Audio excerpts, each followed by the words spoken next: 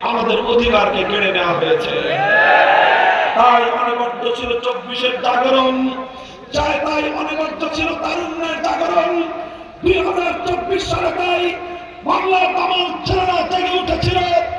2013 সালের 17/7 রক্তের মধ্য দিয়ে হেফাজতে ইসলাম, আলেম সমাজ ফ্যাসিবাদের বিরুদ্ধে লড়াইয়ের যে পতাকা উড্ডীন করেছিল, 24 জুলাই বিপ্লবের মধ্য দিয়ে 17/7 সেই অগ্রযাত্রা সফলতা পর্যন্ত পৌঁছেছিল। 24 জুলাই বিপ্লবের মধ্য দিয়ে বাংলার দামাল সন্তানেরা, এদেশের 4 কোটি ছাত্র জনতা পয়গাম পৌঁছে দিয়েছিল, এই বাংলাদেশ এবার নতুন রূপে গড়ে উঠবে ইনশাআল্লাহ। 24 বিপ্লবের চেতনা হলো আমরা বারবার বিজয় অর্জন করেছি, বিজয়ের ফসল ঘরে তুলতে পারিনি, কিন্তু এবার ইনশাআল্লাহ 24 বিপ্লবের ফসল ঘরে তুলে আমাদের সংগ্রাম শেষ হবে ইনশাআল্লাহ। সংগ্রামী সাথী ও বন্ধুগণ, আমি তাই আপনাদেরকে বলতে চাই, 24 জুলাই বিপ্লবের পর এদেশের মানুষের যে গণ আকাঙ্ক্ষা ছিল, সংস্কার হবে, বৈষম্যের বিরোধ হবে, বৈষম্য বিরোধী আন্দোলন 24 গণ অভ্যুত্থানে পরিণত হয়েছিল। প্রশ্ন করতে চাই, বৈষম্যহীন বাংলাদেশ কিভাবে গড়বেন আপনারা? কিভাবে করতে চাই? বাংলার তৌহিদি জনতা, বাংলার ছাত্র জনতা, বাংলার তরুণ প্রজন্ম, কৃষক, শ্রমিক, মেহনতি মজদুর শ্রেণী, আমি তোমাদের কাছে জানতে চাই, যদি বৈষম্যহীন বাংলাদেশ গড়তে চাও কি উপায়? জবাব একটাই, বৈষম্যহীন বাংলাদেশ গড়তে চাইলে পুরনো বস্তাপচা পশ্চিমাদের পুঁজিবাদী এই শাসনের হাতিয়ার বাংলার মাটি থেকে উৎখাত করতে হবে। সংগ্রামী সাথী ও বন্ধুগণ, তারা আমাদেরকে উন্নয়নের গল্প শোনায়, তারা আমাদেরকে ভাওতাবাদীর স্লোগান শোনায়, আমাদেরকে শুভঙ্করের ফাঁক দেখিয়ে দিয়ে বাংলাদেশের মানুষকে বোকা বানানোর চেষ্টা করেছে।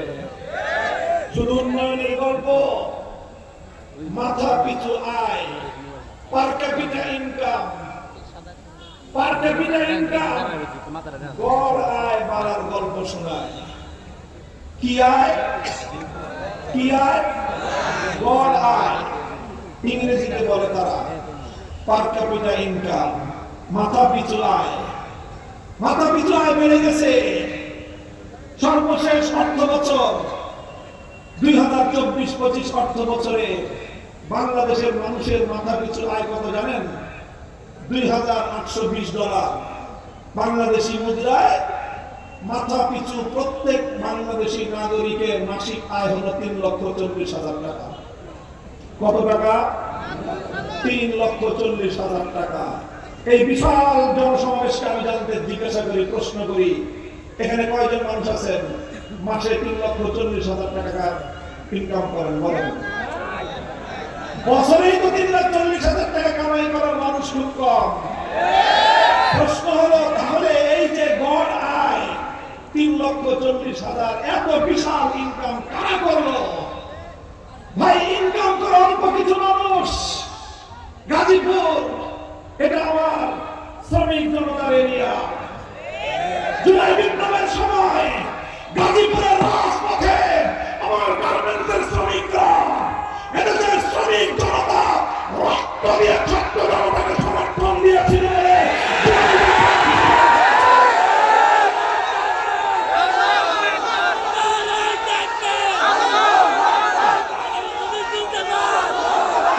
কৃষক, শ্রমিক জনতা, আমি তোমাদের কাছে বলতে চাই, অতীতে বাংলাদেশের আয় বেড়েছে, ইনকাম বেড়েছে, উন্নয়ন হয়েছে, তবে গরিবের হয় না। মিল কলকারখানার মালিকদের উন্নতি হয়েছে, শ্রমিকদের উন্নতি হয় না। সরকারি দলের বড় বড় নেতাদের উন্নতি হয়েছে, জনগণের উন্নতি হয় না। 18 কোটি মানুষের মধ্যে 18 জন মানুষ মিলে 28 লক্ষ কোটি টাকা লোপাট করেছে, দুর্নীতি করেছে। স্বাভাবিকভাবেই সারা দেশের মানুষ দারিদ্র সীমার নিচে বসবাস করে। অল্প কিছু মানুষ আঙ্গুল ফুলে কলা গাছ হয়, তাদের বিপুল সম্পদ গড় করে দিলে সারা দেশের মানুষের ভাগে 3,40,000 টাকা করে মাসে পড়ে।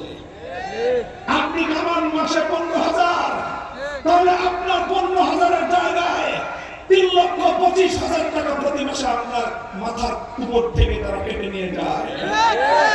এই দুর্নীতি, এই অপশাসন, এই বৈষম্য, এই জুলুম যদি উদ্ধার করতে হয়, একটাই ব্যবস্থা, আন্দোলনের অর্থ ব্যবস্থা কায়েম করতে চায়।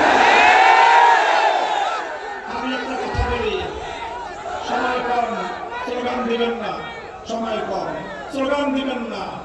আমরা বলতে চাই, প্রিয় উপস্থিতি, দেখেন বাংলাদেশের মানচিত্র স্বাধীন হয়েছে, পতাকা স্বাধীন হয়েছে, কিন্তু দেশ এবং জাতি আজও স্বাধীন হয় নাই। কারণ বিচার ব্যবস্থা ব্রিটিশ প্রবর্তিত আদালত চলছে, প্রশাসন পার্লামেন্ট থেকে সচিবালয় পর্যন্ত ব্রিটিশ প্রবর্তিত শাসন ব্যবস্থা চলছে। স্কুল, কলেজ, ইউনিভার্সিটি, গোটা শিক্ষাঙ্গনে ব্রিটিশ প্রবর্তিত শিক্ষা ব্যবস্থা চলছে। দেশের শিক্ষা, প্রশাসন, বিচার ব্যবস্থা ব্রিটিশ প্রবর্তিত কালা আইনে চলতে পারে, তারা স্বাধীনতার মানচিত্র আঁকতে পারে, পতাকা উঠতে পড়াতে পারে, সে জাতিকে স্বাধীন জাতি বলা যায় না। আমরা এবার হাতে হাত রেখেছি, দেশপ্রেমিক ইসলামী জনতা টেকনাফ থেকে তেতুলিয়া ঐক্যের চতুর্বেদ্য প্রতীক তৈরি করেছে। ইনশাআল্লাহ আগামী বাংলাদেশ হবে আন্দোলনের বাংলাদেশ। আমি তোমাদেরকে প্রতিশ্রুতি দিচ্ছি, যদি কোরআনের বিচার ব্যবস্থা কায়েম করা যায়, তাহলে টাকার বিনিময়ে, অর্থের বিনিময়ে, ক্ষমতার দাপট দেখিয়ে যারা বিচারের চোখ ফাঁকি দিয়ে দেশের সন্ত্রাসের রাজত্ব কায়েম করে, ইনশাআল্লাহ সেই সকল সন্ত্রাসীরা আর পার পাবে না। দুর্নীতি করে, জনগণের সম্পদ লুটপাট করে, বিদেশে যারা বেগম করা করে, ইনশাআল্লাহ আর কোন লুটপাটকারী, কোন দুর্নীতিবাজ বাংলা ক্ষমতার বস্তুতে থাকতে পারবে না। অনেক কথা, অনেক বক্তব্য, অনেক স্বপ্ন, আমরা 8 দল ঐক্যবদ্ধ হয়ে 8 বিভাগে 8টি মহাসমাবেশ করেছি। দেখেছি এবার বাংলার সাধারণ মানুষ, কৃষক, শ্রমিক, মজদুর, রিক্সাওয়ালা, ঠেলাগাড়িওয়ালা, ভ্যানগাড়িওয়ালা, নৌকার মাঝি, আমরা তাদেরকে প্রতিশ্রুতি দিচ্ছি, ইনশাআল্লাহ আগামীর বাংলাদেশ কোন জমিদার বুর্জোয়া শ্রেণীর বাংলাদেশ হবে না। আগামীর বাংলাদেশ হবে মেহনতি মানুষের বাংলাদেশ। ইনশাআল্লাহ কোরআনের অর্থ ব্যবস্থা যদি কায়েম করা যায়, আকাশ পাতালের এই বৈষম্যহীন, এই বৈষম্যমূলক অর্থ ব্যবস্থা লুটপাট বন্ধ হয়ে যাবে। আমি আখেরি পয়গাম আপনাদেরকে দিতে চাই, 2024-এর বিপ্লবের মধ্য দিয়ে এক নতুন বাংলাদেশের যে দুয়ার উন্মোচিত হয়েছে, যারা পুরাতন বন্দোবস্তে বিশ্বাসী, তারা নতুন সংস্কার চায় না। তাই জুলাই সনদের বাস্তবায়নের জন্য আগামী নির্বাচনে যে গণভোটের আয়োজন হয়েছে, সেই গণভোটে আমরা জুলাই বিপ্লবের পক্ষ অবলম্বনকারী প্রতিটি পক্ষকে, রাজনৈতিক শক্তিকে হ্যাঁ ব্যালটে ভোট দেওয়ার জন্য আহ্বান জানাচ্ছি। সেই সাথে রিক্সা প্রতীক আমরা এনেছি। রিক্সা বড়লোকদের প্রতীক না গরিবের প্রতীক? আমরা গরিবের প্রতীক বাছাই করেছি। এই গরিবের প্রতীকের মাধ্যমে আমরা এই বার্তা পৌঁছে দিতে চাই, আমাদের বাংলাদেশের রাষ্ট্র ক্ষমতা পরিচালনার, শাসন পরিচালনার, অর্থ ব্যবস্থা পরিচালনার মূল নীতি হবে গরিব বান্ধব রাষ্ট্র আমরা গড়ে তুলব ইনশাআল্লাহ। পুঁজিবাদ ব্যবস্থা ভিত্তিক পুঁজিপতিদের স্বার্থ রক্ষার বাংলাদেশ হবে না ইনশাআল্লাহ। সংগ্রামী সাথী ও বন্ধুগণ, শ্রীপুরের মানুষ শাইখুল হাদিস আল্লামা আজিজুর রহমাতুল্লাহি আলাইহি অনেক ভালোবেসে তার কলিজার টুকরা মেয়েকে আপনাদের শ্রীপুরের এই হেরাপটকার প্রফেসর নুরুল হক সাহেবের ঘরে দিয়েছিলেন। আমি সাক্ষী দিচ্ছি, প্রফেসর নুরুল হক সাহেব জাগতিক শিক্ষায় বাংলাদেশে সর্বোচ্চ স্তরে উন্নীত 1980 এবং 90-এর দশকে যারা সায়েন্স ব্যাকগ্রাউন্ডে পড়াশোনা করেছেন, প্রফেসর নুরুল হক সাহেবের কেমিস্ট্রি পড়া ছাড়া কেউ সায়েন্সে ভালো পড়াশোনা করেছেন বলে আমার মনে হয় না। সেই প্রফেসর নুরুল হক সাহেবের ঔরসে জন্ম নিয়েছে হাফেজ মাওলানা ইহসানুল হক। শাইখুল হাদিসের জীবনকে নিয়ে ইতিমধ্যে সে 4টি গ্রন্থ রচনা করে বাংলাদেশে তার মেধার স্বাক্ষর রেখেছে। আমাদের বাংলাদেশের শীর্ষ একটু বসে শেষ করছে।